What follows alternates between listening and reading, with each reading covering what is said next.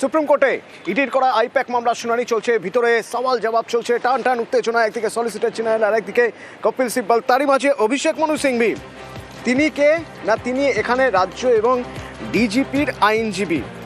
তিনি সেখানে এবার সওয়াল করছেন এবং সেখানে তিনি কিছু গুরুত্বপূর্ণ তথ্য তুলে ধরছেন।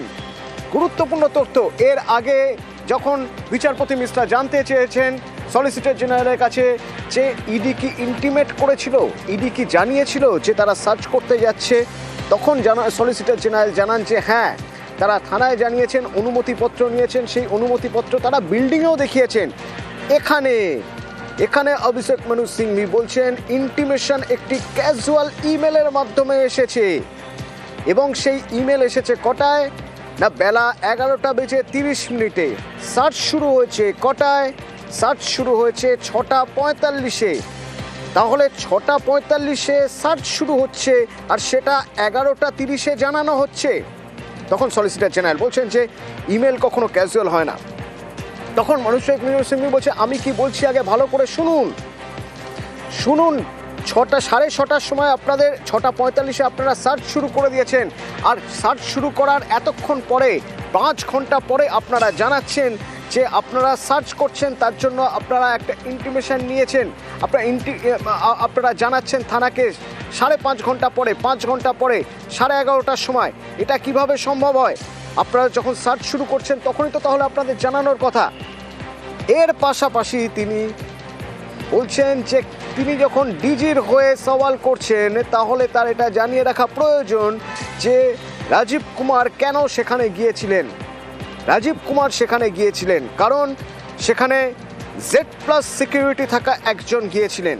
এই Z+ সিকিউরিটি থাকা একজন মানে মমতা বন্দ্যোপাধ্যায়, তিনি গিয়েছিলেন এবং সেই জন্য সেখানে পুলিশ এবং রাজীব কুমার গিয়েছিলেন এবং তাদের জানানো হয়েছিল, তাদের কাছে খবর ছিল, পুলিশের কাছে খবর ছিল সেখানে এমন কিছু লোকজন রয়েছেন, অপরিচিত লোকজন রয়েছেন, আনআইডেন্টিফাইড লোকজন রয়েছেন সেখানে।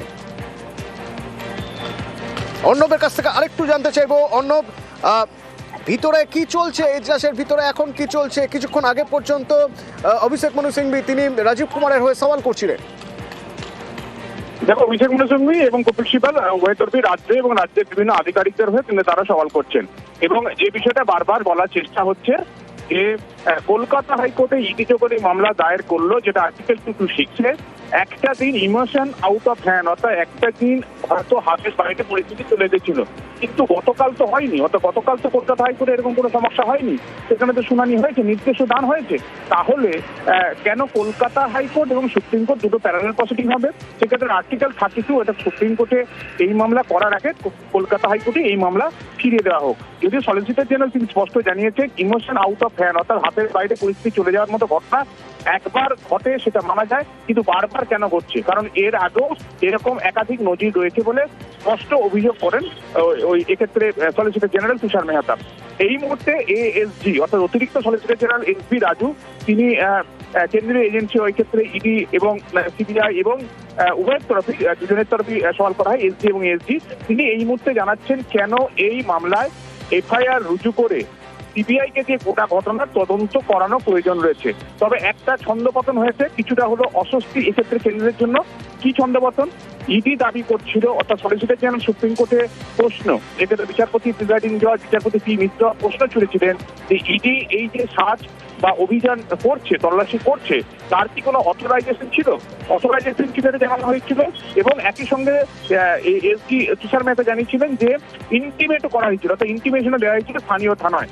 এক্ষেত্রে সরাসরি ইডির বিরুদ্ধে তার অভিযোগ এনেছে এক্ষেত্রে রাজ্য, এবং তিনি রাজ্যের তরফে জানানো হয় যে সকাল 6টা বা 6:30 থেকে যে তল্লাশি অভিযান চলছে সেটা সকাল 11:30 নাগাদ ইমেল করে, একটা ক্যাজুয়াল অ্যাপ্রোচের ইমেল করে তার ইন্টিমেশন দেওয়া হয়। অর্থাৎ যখন রাজ্যের কাছে ইন্টিমেশন আসছে, অর্থাৎ বলা হচ্ছে যে এই সার্চ অপারেশন তারা গেছে, সময়টা তখন 11:30, অথচ তার 4 ঘন্টা আগে থেকেই এই সার্চ অপারেশন চলছে। তাই এটা কোনো সিরিয়াসলি নেওয়ার মতো বিষয় নয়, এটা ক্যাজুয়াল। যদিও স্পষ্টভাবে এই জায়গাটি এসডি আবার আলাদা করে বলেছেন যে ইমেলের মধ্যে ক্যাজুয়াল বা সেটা স্বাভাবিক এইরকম কোনো ডিভিশন করা যায় না। সার্চ অপারেশন হচ্ছে তার ইমেল তারা করেছিল, সংশ্লিষ্ট জায়গায় ইনফরমেশন জানানো হয়েছিল রাজ্যকে, পুলিশকে জানানো হয়েছিল, প্রশাসনকে জানানো হয়েছিল। কিন্তু 4 ঘন্টা তল্লাশি হওয়ার 4 ঘন্টা পরে কেন এই ইনফরমেশন করা হলো সেই প্রশ্ন তোলা হয়েছে রাজ্যের পক্ষ থেকে। এই মুহূর্তে এসডি রাজু তিনি সওয়াল করে যাচ্ছেন এবং পুরো ঘটনায় কোনো রাজ্য পুলিশের তদন্ত নয়, সিবিআই কে দিয়ে এফআইআর করিয়ে পুরো ঘটনার তদন্ত করা হবে। প্লিজ সঙ্গে থাকো আরো আপডেট নেব। কি হচ্ছে সুপ্রিম কোর্টে ইডির করা আইপ্যাক মামলায় সওয়াল জবাব, টান উত্তেজনা, সেই সব খবর আপডেট আমার সহকর্মীরা রয়েছেন ভিতর থেকে, সেই সব খবর পাচ্ছি আমরা, জানাবো হেডলাইন্সের পর। সঙ্গে থাকুন।